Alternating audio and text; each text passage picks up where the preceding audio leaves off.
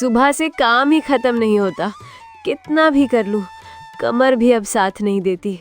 राधा, आंगन साफ हुआ या अभी भी धीरे धीरे ही चल रही हो? हो रहा है दीदी। हो रहा है से घर नहीं चलता, हाथ तेज चलाओ। माँ, भूख लगी है। बस बेटा, थोड़ा सा रुक जा, अभी देती हूँ। पहले काम करो, फिर खाना दे देना इस नालायक को। यहाँ कोई मुफ्त का राशन नहीं मिलता। समझा दो इसे, ये कोई धर्मशाला नहीं है, दिन भर बस कहना खाना। भैया बच्चा है, भूख तो लगेगी ना। खाना भी मेरी मेहनत का खाओ और जबान भी मुझसे लड़ाओ। पता नहीं क्यों मेरे सर छोड़ के गया इसका पति। माँ, बड़े पापा हमेशा ऐसा क्यों बोलते? चुप हो जा बेटा। देखा, अब रोना धोना शुरू, जैसे हम अत्याचार कर रहे हो इन सब पर। मैं बोझ नहीं बनना चाहती दीदी। माँ, मुझे डर लग रहा है। कमला और रघु ने मिलकर राधा और उसके बेटे का जीना हराम कर दिया था। पति के अचानक गुजर जाने के बाद वो अपने जेठ और जेठानी के अत्याचार और दिन रात काम करके किसी तरह उस घर में अपनी जिंदगी काट रही थी। राधा, बर्तन धो या अभी भी बैठी हो? अभी धो रहे हो दीदी? अभी तक? सुबह से एक काम ढंग से नहीं होता तुमसे। कपड़े भी धोना है, खाना भी बनाना है, और हाँ, मेरे कमरे की सफाई अलग से करना। जी दीदी। खुद तो कुछ लाई नहीं, ऊपर से इतना खर्चा। एक देवर था कमाने वाला, उसको भी दोनों माँ बेटे खा गए। बेचारी राधा इतनी कड़वी बातें भी बिना कुछ बोले सह जाती थी। अपने मासूम बेटे का चेहरा देखकर खून के आंसू भी चुपचाप पी जाती थी। ऐसे ही अपमान सहते सहते कई महीने बीत जाते हैं। माँ, प्यास लगी है। इससे भी आदत लग गई है बस मांगने की। बेटा चल, मैं देती हूँ। कमला, कब तक चलेगा ये सब? इसीलिए तो कह रही हूँ, अब वक्त आ गया है कुछ सोचने का। क्या मतलब? आज छोटा है, कल बड़ा होगा, फिर बोलेगा अपने बाप का हिस्सा चाहिए। हाँ, ये बात तो है। इससे पहले कि वो दिन आए, हमें ही कुछ करना पड़ेगा। क्या करना चाह रही हो तुम? इन दोनों को यहाँ से निकालना होगा। पर लोग क्या कहेंगे? लोग 2 दिन बोलते हैं, फिर चुप हो जाते हैं, पर अगर ये यहीं रहे तो कल हमें ही घर बांटना पड़ेगा। तुम ठीक कह रही हो। तो तय हो गया, राधा पे ही कोई इल्जाम लगा के दोनों ही माँ बेटे को घर से निकाल देंगे। दरवाजे के पास खड़ी राधा सब सुन लेती है। उसे गहरा सदमा लग जाता है। हे भगवान, ये लोग अत्याचार से नहीं खुश हैं, तो अब मेरे बेटे के पीछे पड़ गए। अब मैं कहाँ जाऊंगी? मेरे बच्चे का क्या होगा? कुछ दिनों बाद एक दिन, राधा, अपने बेटे को भी सिखाओ काम करना, यहाँ सबको मेहनत करनी पड़ती है। दीदी, अभी तो ये छोटा है, अभी तो इसके पढ़ने लिखने की उम्र है। छोटा है तो क्या हुआ, मुफ्त की रोटी तोड़ने के लिए बड़ा है। अमान, इधर आ, ये लकड़ियाँ उठाओ और अंदर रख। बड़े पापा, बहुत भारी है, मैं तो अभी छोटा हूँ ना। ज्यादा नाटक मत कर, चल उठा। भैया मैं कर देती हूँ, बच्चा है कैसे उठाएगा वो। तुम बीच में मत बोलो, काम सीखने दो इसे। दिन भर बस खाता है, थोड़ा काम ही कर लेगा तो क्या हो जाएगा। माँ, मुझे चक्कर आ रहा है। अमन, बस बेटा रख दे, मत उठा। भाभी बोलिए ना भैया को, वो अभी बच्चा है। ड्रामा कर रहा है, काम से भाग रहा है। तभी थोड़ी देर में अमन जमीन पर गिर जाता है। अमन बेटा, उठो बेटा, आंखें खोलो। अमन। बस बस, नाटक कर रहा है, इतना भी क्या हो गया, थोड़ी देर में ठीक हो जाएगा। मेरा बच्चा है दीदी, मर जाएगा मेरा बेटा। चिल्लाओ मत, सर दर्द हो रहा है। अब बस बहुत हो गया। उसी रात राधा फैसला कर लेती है। माँ, हम यहाँ से चले जाएंगे क्या? हाँ बेटा, अब हम यहाँ नहीं रहेंगे। जहाँ इज्जत ना मिले वहाँ रहना भी नहीं चाहिए। राधा चुपचाप एक छोटा सा झोला उठाए अमन को साथ लिए घर से निकल जाती है। कहते हैं ना, जब सब्र टूट जाता है तभी हिम्मत जन्म लेती है। बेटा थोड़ा और चल ले, कहीं तो सहारा मिलेगा ही। माँ, भूख लगी है, अब और चला नहीं जाता। मुझे भी बेटा, पर हिम्मत रख, देखती हूँ किसी के घर खाना ही मांग लेती हूँ।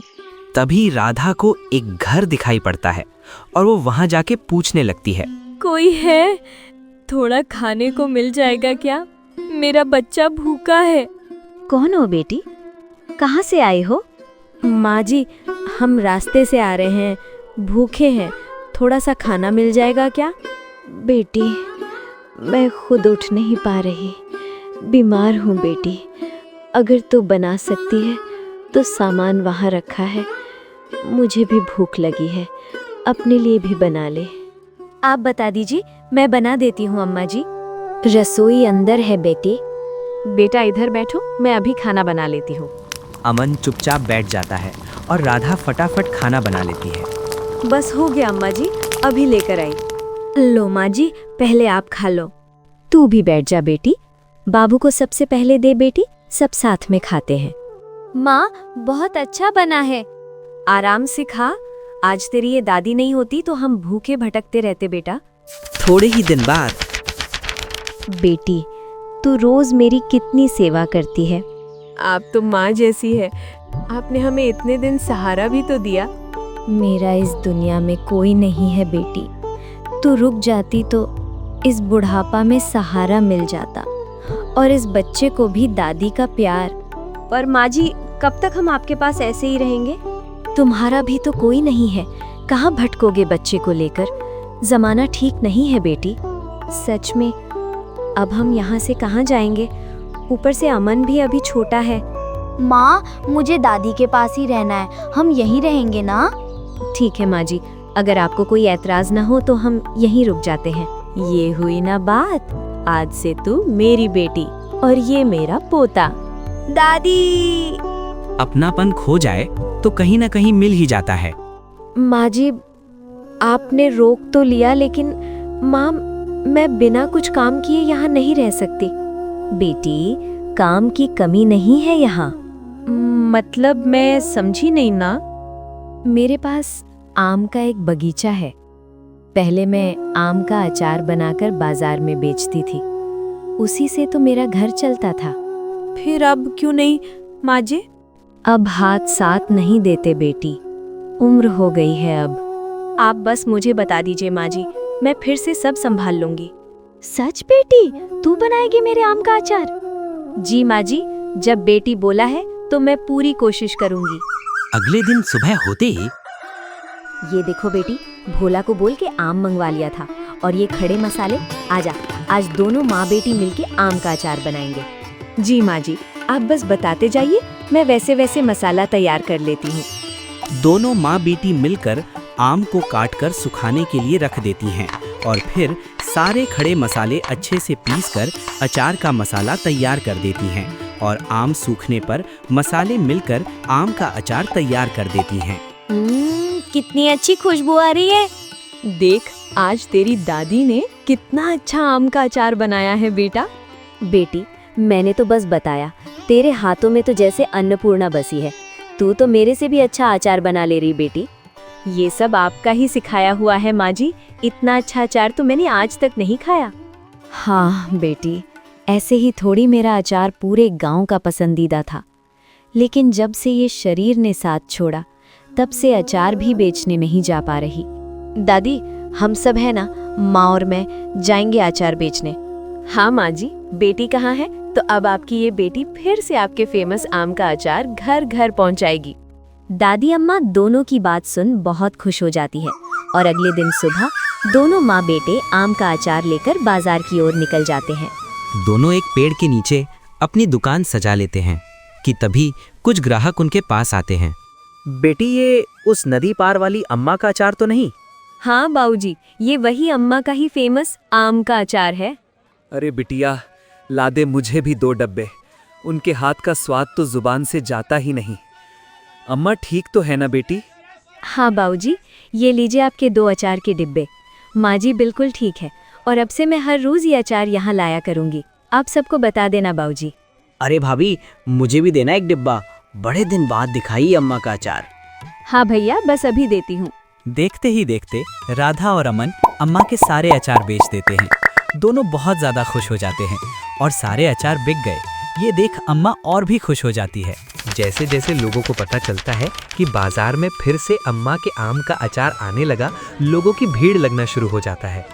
तभी शहर से एक बड़े बाबू उस बाजार से गुजर ही रहे होते हैं कि दुकान पे लोगों की इतनी भीड़ देख रुक जाते हैं और जाकर राधा से बात करते हैं। बेटी, ये किस चीज का अचार है जो लोगों की इतनी भीड़ है? जरा मुझे भी तो चखाना। बड़े बाबू, ये देसी मसालों से अम्मा के जमाने से बना आ रहा आम का फेमस अचार है। आप भी चक्कर देखिए, फिर बताइएगा। वाह बेटी, सच में ये अचार नहीं, ये तो जादू है। ऐसा अचार तो मैंने आज तक नहीं खाया। परफेक्ट मसाले, घर का देसी स्वाद। मैंने कहा था ना बड़े बाबू, आपको बहुत पसंद आएगा। आप एक डब्बा अपने घर के लिए भी ले जाइए, सबको पसंद आएगा। एक डब्बा क्यों बेटी? मैं तुम्हें 100 डिब्बे का ऑर्डर दे रहा हूँ। मेरा भी अचार का बिजनेस है। अगर ये ऑर्डर अच्छे से पूरा किया तो और भी बड़े ऑर्डर दूंगा। और हाँ बेटी, ये लो आधा एडवांस। मैं कुछ दिनों में आऊंगा और अचार ले जाऊंगा। इतना बड़ा ऑर्डर और एडवांस में पैसे मिले, ये देख राधा की खुशी का ठिकाना नहीं रहा। दोनों माँ बेटे दुकान समेत घर की ओर निकल जाते हैं, जहाँ जाके सब अम्मा को बताते हैं। माँ जी, मुझे तो इतनी खुशी हो रही है कि बता नहीं सकती। ये ऑर्डर नहीं, जैसे नया जन्म हो हमारा। माँ जी, बेटी, खुशी तो मुझे भी बहुत है, लेकिन इतना बड़ा ऑर्डर हम अकेले कैसे कर पाएंगे? माँ जी, मैंने भी शुरू में यही सोचा, फिर मुझे याद आया, क्यों ना मेरे जैसी ही कितनी बेसहारा औरतें हैं जिन्हें पैसों की ज़रूरत होती होगी। अगर हम उन्हें काम देंगे तो 2 पैसे वो भी कमा लेंगे और हमें भी सहारा हो जाएगा। वाह बेटी, तू जितनी सरल और शांत स्वभाव की है, उतना ही नेक दिल भी है। बस अपने लिए सोच के रह जाना ही जिंदगी नहीं है, सबको साथ लेके चलना ही जिंदगी है। आज तेरी ये माँ सच में अपनी बेटी पे बहुत गर्व महसूस कर रही है।